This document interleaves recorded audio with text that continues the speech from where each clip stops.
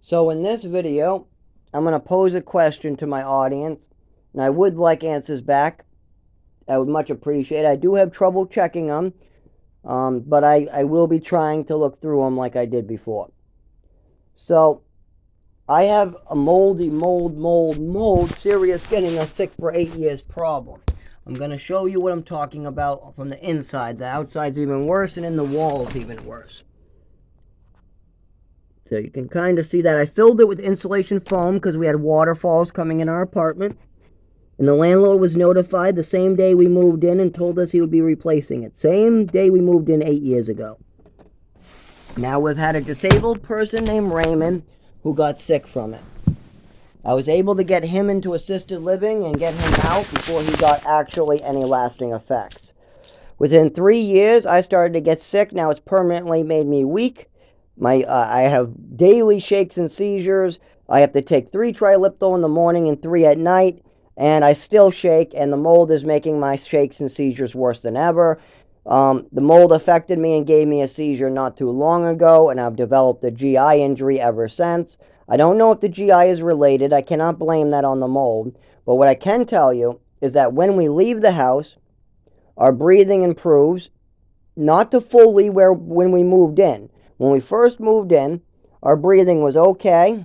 Everything was okay. Heart okay.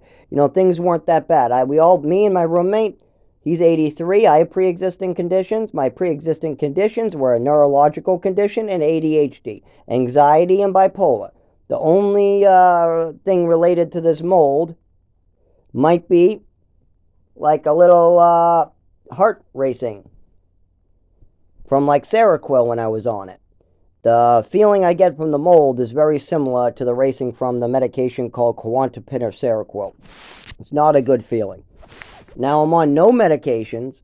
I've been on no medications for years, but yet the mold is still affecting me. When we close the windows, we start going unconscious, we start vomiting, we can't eat any food, we start getting extremely weak, and I can't stand up, and my brain starts not functioning, and it feels like we're not getting oxygen pumped through our body. Our heart has trouble pumping, I can't quite get a breath. It almost feels like you're breathing underwater. It's really, really bad. So we have to keep the windows open constantly, or we get intensely sick. As well as I lose money because when you're sick and you're going to work and you're falling down, it's not good. Or if you're having a neurological disorder or seizures like me and you're feeling really shaky and you go to the cold bus stop and some lights go past you, you fall and have a seizure, that's not okay. But the seizures and the neurological condition was a pre-existing condition. But when we come in the house or if we close the windows, it instantly hits us like a bag of rocks. Oh my God, it feels like drowning. Then we open the windows, all of them, run a fan, and slowly we start being able to breathe. Slowly. There's no smoke, no grease. We've washed down every crevice of the house with bleach, with baking soda, with grease remover. There's no smoking in the house. There's no ashtrays. There's nothing. Our cat is now, well, by the way, this is not our cat. We found an orphaned cat in the hallway that the landlord no longer wanted to take care of. And it was taking poops in front of doors. And it was full of different types of things like scabies and bed bugs and all these different bugs. So I ended up quarantining it and bringing it to the vet, getting it all the treatments out of my own pocket. So that way it wouldn't be spreading anything to people's apartments. Because when you have a cat from a tenant next door that has fleas, it definitely had fleas, 100% fleas, definitely had ticks, some winged creature too, some winged small bugs, was missing half of its fur. But guess what? After I quarantined it, brought it to the vet, got it its treatments, all the fur grew back, it got all healthy again, it wasn't mangy at all. It's the most beautiful cat. I get offers for him all the time. But he's somebody else's chipped cat. So until the owner comes to claim him, I've had to take care of him so he's not in the hallway because the landlord has done nothing about it. He has not tried to capture him. He's not tried to treat him. So at this point, I've invested my money into fixing his problem once again. Also, people were making a mess outside my window with cigarette butts. So I installed an ashtray out of my own pocket. My landlord also has two different broken machines. One of our extra tenants have started locking the machine. I'm guessing that's because our landlord has decided to put a couple different tenants and give them keys and let them have exclusive power over his other tenants. So sometimes they lock up the laundry machine so nobody else can use them. Sometimes they have fist fights with the tenants. Sometimes they just steal stuff like bicycles. Because I actually caught these people doing this. I had an old bicycle that had broken chain and a broken tooth, but you couldn't tell. It would go around once and look just fine, like a $300 bike. But then the chain would pop off, tooth would missing, all that, and you need all new gears and everything. And seeing as I worked for somebody and it was a gift, and I had nowhere to store it, and I had no place else to give it, and I didn't want anybody falling, I decided to put it outside to figure out who is the thief of the building, who keeps on stealing stuff. And I found out it's a guy in a truck, and that person in the truck loves stealing bicycles and other equipment. So we got that, and that person in the truck also happens to be claiming that they work for maintenance for the landlord. Actually, some of the maintenance also assaulted me, that I have seen landscaping before. One of the people doing landscaping literally came up and assaulted me because I asked him to stop harassing my roommate, who they now have a restraining order against because the police would be called. Because they came up to us, started screaming, harassing, names again, right after a restraining order. So I went over and asked them to please stop, which they assaulted me. And then later, about, I don't know, 6 months later, I went down and put a complete stop to it. I just brought everybody in the building together and said, this needs to stop. And that didn't end well either, but that was me actually being a little more aggressive. But the first assault, I just got assaulted and walked away. He literally just assaulted me and then I walked away. That's all it was. Told him to please stop harassing my roommate who's 83. Please stop putting your hands on an 83-year-old. He's 83. You shouldn't be putting your hands on him. And at that point, they assaulted me. And this is maintenance for my landlord, by the way. This is literally somebody who works for my landlord. And now I got to get sick from the mold as well. I also got I got a video of a waterfall that comes in every time it rains.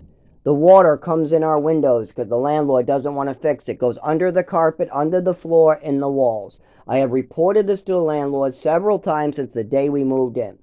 The day we moved in, there was a hole in our closet door. I've asked him to fix it ever since we moved in. We have a gas heater right there, but we can't use it because the landlord for 8 years has said he's going to get a piece. I've looked for the piece. We both decided, then eventually after talking to him, there is no piece. So I said I would look for one while he waits to get me a new heater. I haven't found one. They don't make it anymore. But he refuses to get us a new gas heater. Guess how much our electric bill was last month with all this mold cracks everywhere, no matter how much we close the windows. Okay, so while we were getting sick and the windows were closed year round, our winter electric bill was $450 to $500. Now that we're cracking the windows when we get sick, our electric bill is $650. It might even get to $800 by March. And if we don't crack the windows, don't forget, we get hospitalized, we vomit, we can't eat, we get so sick, and then we have to sleep outside just so we can get up in the morning. I'm not kidding. I've slept on the balcony before. I've sat on the hallway for 6 hours to catch my breath. This is what we have to go through here. And if we move out, if I chose to get another apartment, now remember, my income has gone from $20 as I got sick. When I moved up here, making $20 an hour, working 50 or more hours a week. Then I started to get sicker, moved to $15 an hour, 38, 40 hours a week. Then $15 an hour, 30-something hours a week. Then $13 an hour, 28 to 30-something a week. Now I'm at $11 an hour trying to do 28 to 34, but they really got me doing a lot more because people can't do their jobs. A landlord can't landlord, gas stations can't gas station, police officers can't police, doctors can't doctor, teachers can't teach. Actually, teachers are pretty good at teaching still. I got to give them credit. Nurses can't nurse. Drivers can't drive. Taxis can't taxi on time. It's just nobody wants to do anything. And this is where we need help. Because I have a letter that says the pharmaceutical companies are warning me that they accidentally poisoned me. I was given full bottles of Ipecac as a child. I've had a neurological condition for 25 years from an overdose. I've had my Social Security be tampered and lots of discrepancies from somebody else. And I've never received Social Security in my life. I've never even got to hold on to a check. Never even got to see one. It's not even like I ever really had Social Security. Somebody else had it while I lived in a program. So we got all this stuff going on.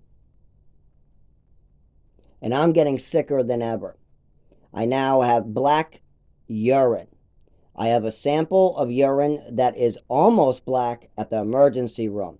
I have a sample of urine that is completely black with a green tint that is in a emergency room doctor sample test that also comes with a video for me to take home with a temperature gauge with a drug test that is a valid urine sample. And then I have the original one that scared the living crap out of me that went in a cup because it came out of me black. This is only recent. This is the most recent in the last 2 weeks. Every couple months, another organ changes color, falls apart, another pain, another can't walk, can't see, can't talk, black color, blood here, blood there, fall there, fractured skull. That's my life right now, thanks to other people's choices, not mine.